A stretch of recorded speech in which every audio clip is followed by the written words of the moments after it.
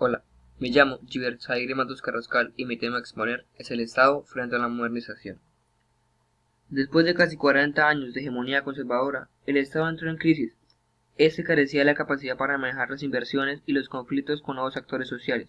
De repente, el Estado se convirtió en el intermediario de abundantes recursos que sobrepasaban su capacidad de control. Esta fue una causa de la crisis en la que entró el gobierno conservador. Los últimos gobiernos conservadores.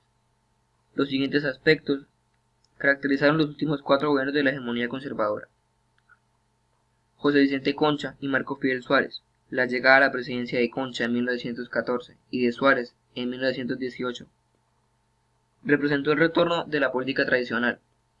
Durante estos 2 gobiernos, Colombia cayó en una profunda crisis económica, producto de la Primera Guerra Mundial.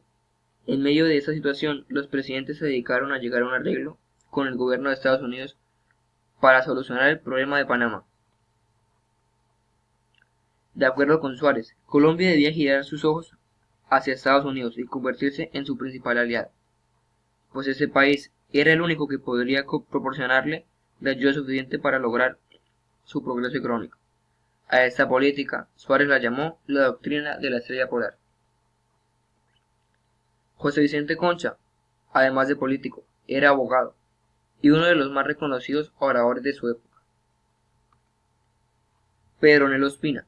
Este empresario antioqueño subió a la presidencia en 1922.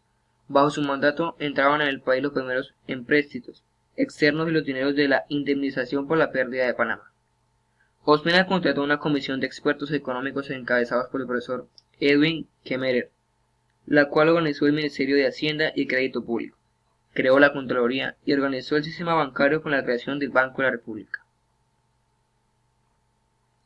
Con esas reformas se introdujeron otras que también pretendían la modernización del país.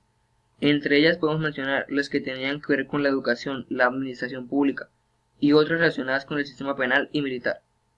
Así se buscaba dotar al Estado de mejores mecanismos para su funcionamiento.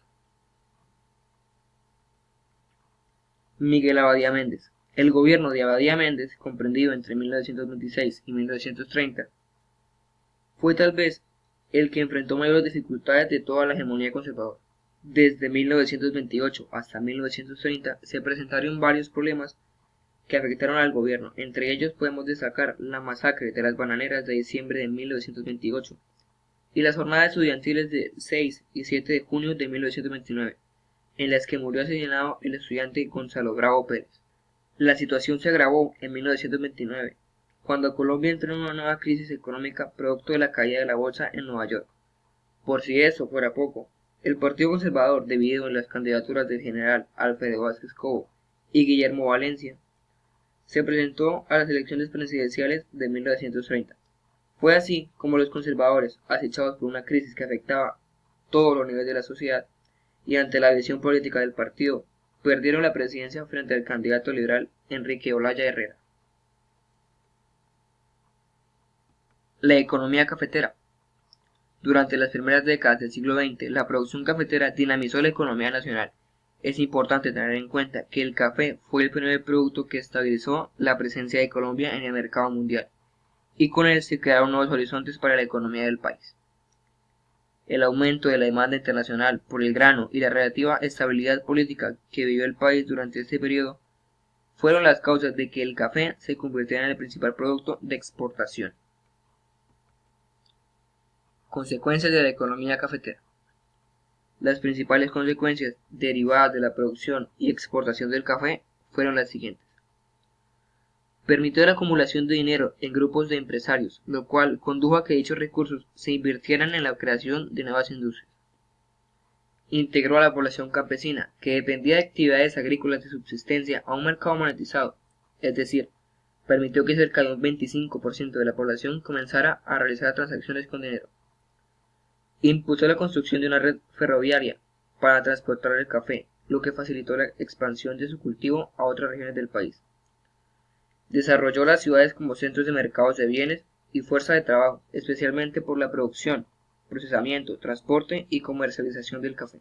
Ayudó a formar nuevos sectores sociales que incidieron en la vida política y social del país. Le dio al Estado una importante fuente de recursos, ya que con el dinero de la exportación Se compraban productos manufacturados, importados que pagaban impuestos de aduana.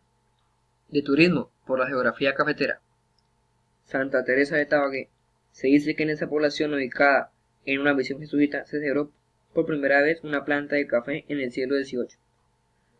Se localiza en la confluencia de los ríos Meta y Orinoco. Santanderes. Se afirma que en esta región el cultivo de café se difundió debido a un sacerdote, Francisco Romero, acostumbraba a imponer como penitencia a los feligreses que se confesaban sembrar una planta de café. Cafetero. Debido al cultivo del café, esta zona se constituyó en la de mayor crecimiento demográfico e industrial durante las primeras décadas del siglo XX. Puerto Colombia. Inaugurado en 1893, este puerto permitió aumentar considerablemente el volumen de las exportaciones de café. Se calcula que durante las primeras décadas del siglo XX, desde allí se exportaban 400.000 sacos de café por año. Cundinamarca. Desde mediados del siglo XIX, este departamento del centro del país se convirtió en uno de los principales productores de café a nivel nacional. ¿Verdad o ficción? ¿Es cierto que el café colombiano es el mejor del mundo? A menudo se afirma que el café colombiano es el mejor del mundo. Sin embargo, la respuesta no puede ser tan categórica. Es cierto que diferentes variantes del café colombiano son muy apetecidas en el exterior por su excelente sabor y aroma, pero otros países como Kenia, Costa Rica, Guatemala y Brasil disputan con nosotros el primer lugar. A fin de cuentas, tal vez no exista el mejor café del mundo, sino que depende en gran medida del gusto de cada consumidor. Muchas gracias por su atención.